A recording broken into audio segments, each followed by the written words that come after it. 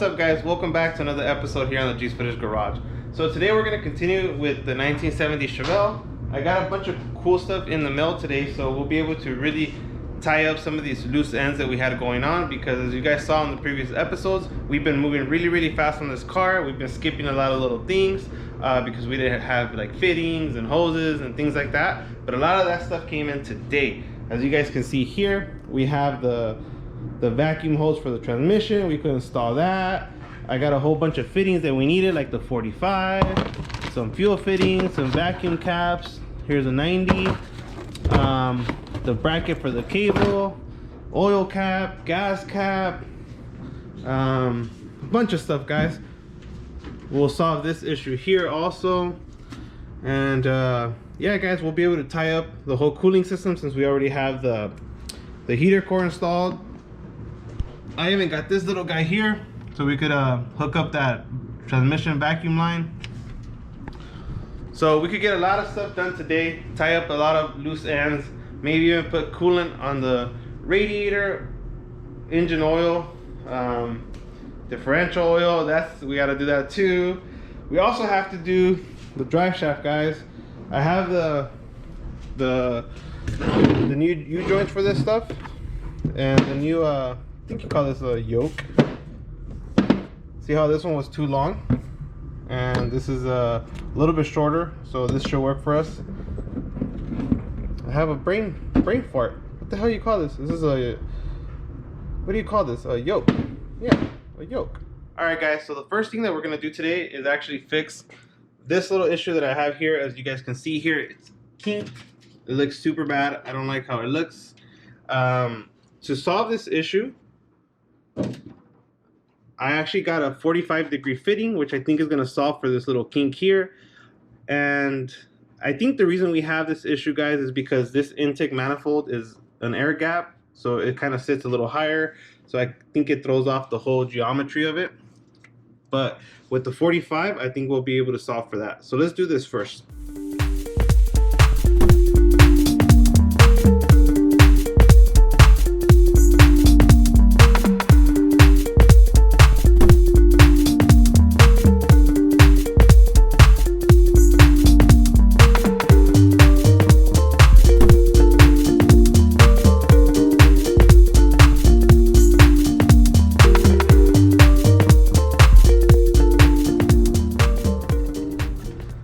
Okay, and here's a little tip. Whenever you're screwing a fitting onto an aluminum intake manifold, never, ever screw in the fitting dry. Always use Teflon tape. And what we're gonna do here on G's Footage, we're gonna use Teflon tape, and we're gonna use this other stuff. Let me show you what it is. It's like pipe sealant. So we're gonna use both. Okay, so this is the stuff we're gonna use right here. It's pipe thread sealant with the PTFE. So I'm going to use both of this, all right, on this guy here, because you never want to put this guy on there dry. Trust me, you'll pull the threads out. Don't ask me how I know this, but I had to learn the hard way, is all I'm saying. Okay guys, and to put this Teflon tape on, here's a little tip. Always start it towards you. See how the Teflon tape's facing me? Like this. And the reason you want to start it facing you is because you want it to end facing away from you. So that's pretty good right there. You want to get about, I don't know, 3 or 4. Put a bunch of that stuff on there. Not gonna hurt anything. See? So now it's facing away from you, so when you tie it, it's not gonna come off, because if you do it the other way, you're gonna pull it off when you screw it on. So see that? That looks pretty good right there. All right. And we're also gonna use this stuff here.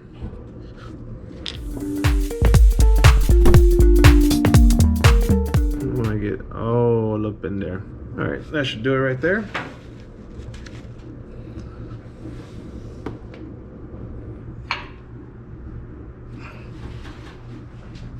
Okay, and these fittings, you really just want snug. You want to give them a good little snug, but they don't actually bottom out all the way in. This one I kind of went in a little bit deep because someone you may know that you're looking at right now might have test fitted a fitting early on. They might have pulled some of the beginning threads off, so I kind of went a little tighter on this just to make sure I had enough bite. But yeah, never start your fittings dry. Always put Teflon tape and some of this thread sealant, or either or, but never dry on an aluminum intake. So yep, but that looks pretty good, guys. I like it. It's definitely better. I think it's gonna work. So let's get a hose in there and let's see what we got. Oh man, let me get a clean rag.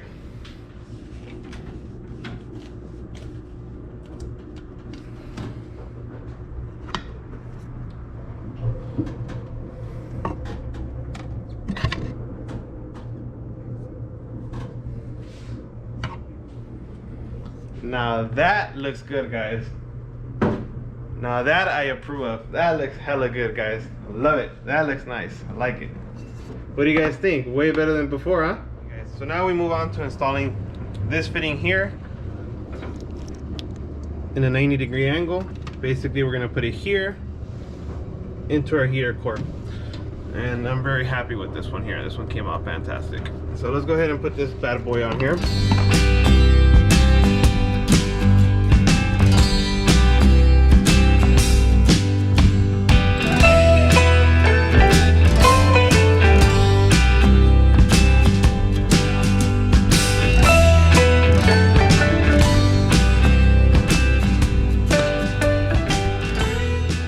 And that looks pretty good, guys. The fitting is actually a really nice piece. It matches well with the chrome water neck here. Looks nice. I like it. Looks pretty good. It's coming along now, for sure. And I got some of these really nice hose clamps, like the old days. I got them at OPGI, so pretty neat. So let's go ahead and hook up the hoses now and see how this turns out. Okay, and this is what the final product looks like. I hope the sun is not too intense for you guys, but let me show you guys. I'm actually really happy. It came out super fantastic, guys. Check it out. So here you saw we put that 45-degree fitting, which made this hose look fantastic. And then we went with our old style clamps here, our 90-degree fitting here, ran our hoses really nicely through here, all the way to the heater core. Now I'm gonna order there's see this little hole here? There's a bracket that actually holds this thing in place here. So I'm gonna order that. But back here, see how I went with one of the traditional style hose clamps? Because I couldn't fit one of these nice ones. I was only able to get this one in here. So we're gonna use this one here for the outside, and then the bottom one we'll just keep it old school like that. But it's on there good, so I'm not worried about it. But look at that, guys. That looks good, guys. I'm happy with that. That looks pretty good. So let's move on to the next step. Okay, so for the next random little knick-knack, we're gonna replace his oil cap because this one's all busted. See that? So I went and I got one from Summit Racing, or should I say I ordered it from Summit Racing. Let's see here. Here you go, Summit oil cap. And this one is like aluminum color, so it may give it a better contrast. So let's see here. Nice little rubber piece. Okay, that's actually a nice product. I think it was only like $2-3. All right, let's see here. Come on. Oh no, it doesn't fit. No, that sucks. Oh man. Oh, that sucks. All right. Damn it. All right. Well, I failed miserably. Okay, so we'll go ahead and put this guy back on for now. I'll have to order a replacement through OPGI. Oh man. All right. That sucks. mean, it still works, but I'm just worried about the pieces breaking off in there. So all right, let's do the next step. What are we doing next? Oh yeah, transmission line. Let's go ahead and do that. So I have the the vacuum line here for the transmission line, and let's see how this works out here. All right, let's see, how does this go? What's front and what's back? Maybe like this? No, maybe like this.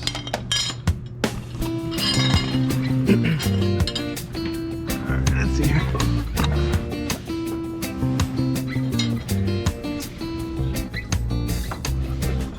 All right, so you guys can see here, it goes to this guy here. So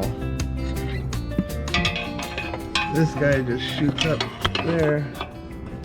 Okay guys, so this vacuum line is gonna go to this little fitting here, like this. So we have to get a little rubber connection there. I don't think I have any. So it's gonna go like this. All right, so here, what I wanna do here, I'm probably just gonna zip tie it, guys. I'm gonna zip tie it on there good, just to keep it away from the headers, because it's, I mean, it's on rubber, so I want to make sure it stays away. Kind of worried about this rubber here, honestly, too. Probably be best if I go through the inside. Let's see. Actually, if you go through the back of the transmission lines, it actually looks better. And there's no kink or nothing. It's actually smooth. So that's gonna work right there for sure. All right guys, and to hook up the transmission vacuum line, I bought this little fitting here. I think I got it on Amazon, and it has basically one hookup here for your transmission line and one hookup here for your brake booster. So that's gonna go here in the back. So of course we have to prep it like we did our other fittings. So I'll go ahead and do that now. All right guys, so I already screwed in the fitting there. This one wasn't so resilient to the wrench like the other guys, but you know, like I said, I got it at Amazon. It even feels a little bit more more flimsy, but that's what we have, guys. That's what we have to work with right now. I mean, it'll work, it'll get the job done.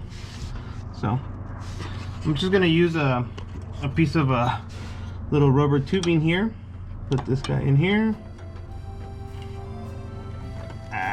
There you go, get that bad boy in there good. All right, that should do it.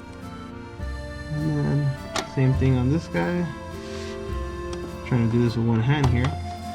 Probably help if I put the camera down here. Put the camera down. All right, that looks good, guys. Yeah, that's actually pretty damn good. I like it. It's nice.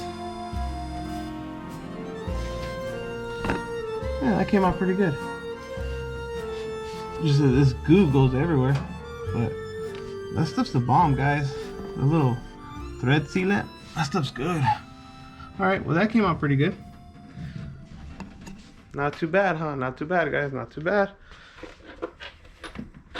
All these little loose knickknacks gotta get done. I mean, they gotta get done, guys. We won't be able to start the car. You know, we'll be chasing our tail.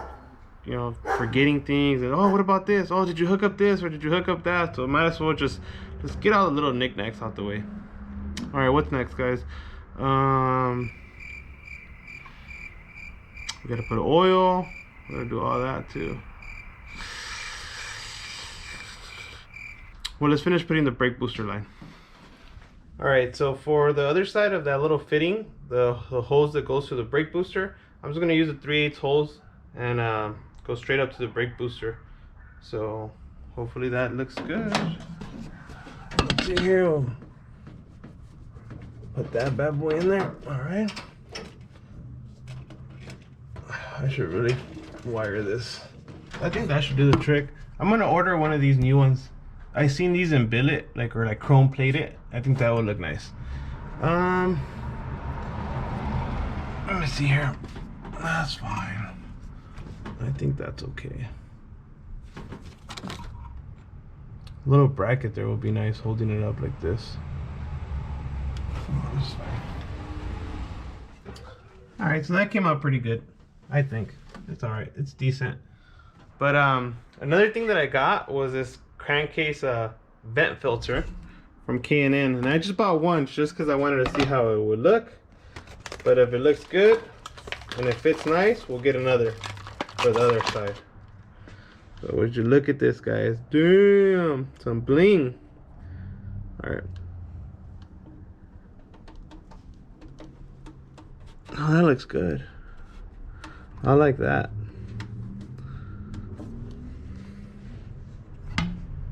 That looks cool. And we'll get another one for this side here. That looks pretty good, guys. It gives it a little bit of a modern twist to an old style engine with modern stuff. I like the idea. I like the concept. All right, fuel line. We should really hook up the fuel line too. But for that, we need to install the Holley. So let's do that too. So let's grab the Holley, slap the Holley on. Okay, so the Holley will require you to buy little studs like this. I got these at AutoZone, so just carburetor studs. Nothing out of the world here. Push that, take this out. Take a little peek in there, make sure nothing fell in there. All right. All right, and these guys are pretty simple to install. You just screw them in. All right, let's give these guys a little snug with the 7/32. Just a little snug.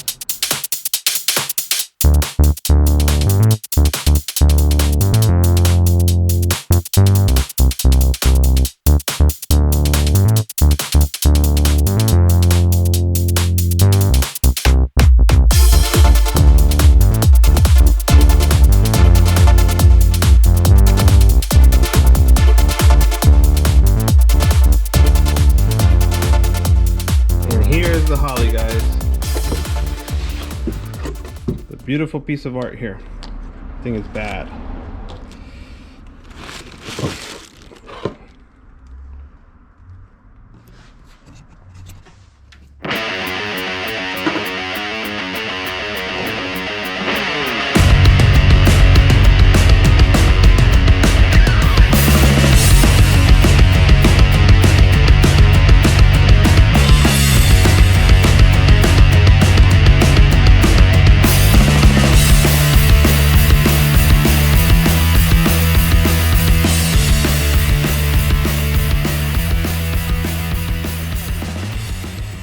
So let's mock up the fuel line now, just to make sure, well, to kind of clean it up, get all this extra holes out the way.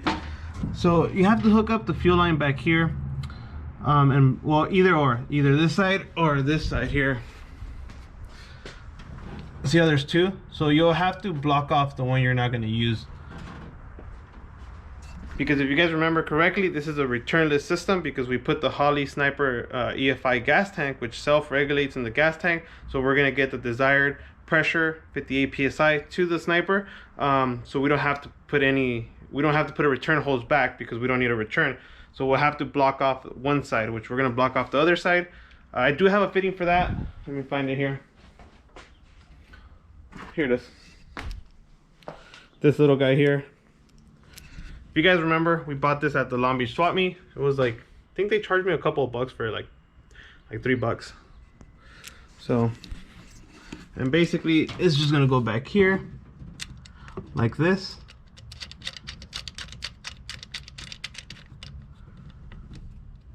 And block off the fuel from coming out. So on this side here, I have a couple options for this side here. So this is like a vapor lock style hose, which is nice, makes everything simple, but it doesn't give me the angle that I want. If you guys can see here, if I use this one here, I'm gonna have to kind of, you know, bend the line. See, like kind of like this. I don't like that. So what is this? Is that a cut? No. So I don't like that. So I'm gonna go with, I bought a couple here just to get an idea. So this guy here, Well, that one makes it really, really close to the sniper. See how that would be like way, you see it's touching the sensor back here. But I got another one that's a little more open, which is this guy here. See how it's a little bit more open. And I knew that was going to be the case when I ordered this one. That's why I ordered this one, because I kind of knew. I was like, man, that looks too tight. So this one here, look at that, guys. That's a little better right there. And these fittings here, I got them from, I think, Summit, and they're PTFE. So, but look at that, guys. Just like that. And I think we'll go like this. I think that'll be nice. What do you guys think? I think that'll be sharp right there. And then for now, we'll just leave the fuel line like that. I know we talked about maybe putting like a stainless steel braided line there, but talking to a couple of people, they said, hey, you're overthinking it. Everybody runs a fuel hose up into the carburetor or their fuel injection, their sniper, whatever, and nobody ever has an issue. So you're spazzing out, relax. So I was like, all right. So I'm gonna just leave it there for now. If I see that it gets really warm, I'll put a stainless steel line there, or a sleeve or something. I'll figure something out, but for now I think this is gonna work, and it's looking really nice, looking really clean.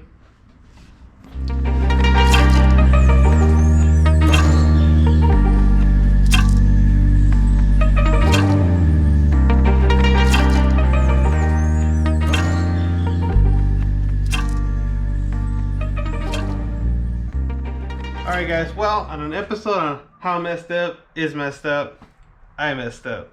So I originally was going to use this fitting here, right, as you guys saw. I measured it up really nice and it looked good. But what I failed to do was test the fitting first, make sure it fit on the hose. Now, for my luck, the Earl's Vapor Guard hose is actually really thick. Really thick. Oh boy, it's thick. And I couldn't get the fitting into the hose. So for as much as I tried, guys, I tried and I tried and I tried, I couldn't get it. And I tried a regular 3/8 hose that I had right there, and it worked flawlessly.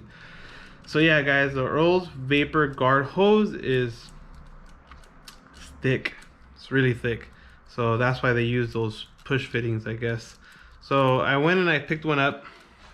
So let me show you guys here. It's here's a part number. It's an XRP though, so it has the little barbs on here. It's part number 231806BB from XRP, and this should solve the issue. And it's actually a pretty big horseshoe there. See how it's a little bit bigger than the one we were going to use, so it's nice because it's going to push it out a little bit. So, you know, I still have enough slack on the hose here to pull it off. But there you guys have it. One of those it's not the end of the world moments, and a lesson. And there's always a lesson to be learned, right? Measure twice, cut once, double check before you do something, and all that good stuff. I totally dropped the ball on this one, but hey, we still were able to salvage it. We have plenty of slack on the hose, and it'll work. So, well, let's put this thing on and make sure before I start talking out of you know what. So let's see here. All right. And this guy's gonna simply screw in here. Well, no, let's put this guy in first here. And this guy's gonna go in. This thing's fit real nice.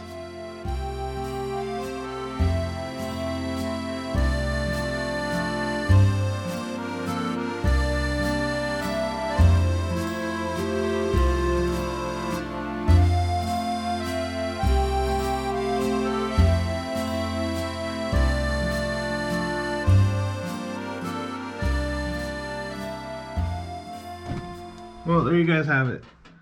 It came out pretty nice. And we still have plenty of slack down there, so we're good. Actually, looks pretty good, guys. Pretty good. like I said, I was playing around with different fittings, and that's the cleanest I can make it look right there. Maybe I put like a little, I don't know. That looks pretty good actually. I like it. Maybe here. No, that's good. There you go. Got plenty of slack down here when the engine moves. Maybe we'll put a clamp here. There's a.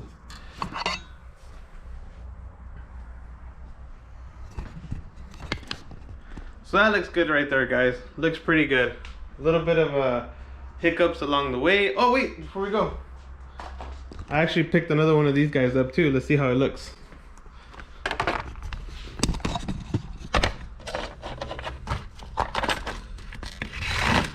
These guys are actually pretty expensive. They're like 22 bucks or something like that, but they're sharp and they're cool looking little guys. So all right, let's put this guy here. Look at that, guys.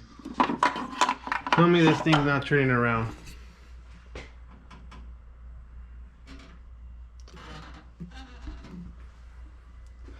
Got our heater hoses on. Look at that, guys.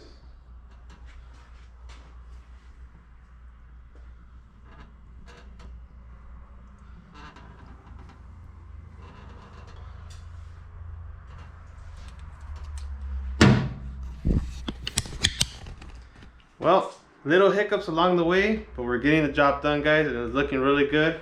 And we're doing the best that we can to make sure that we have a nice, clean, and safe install.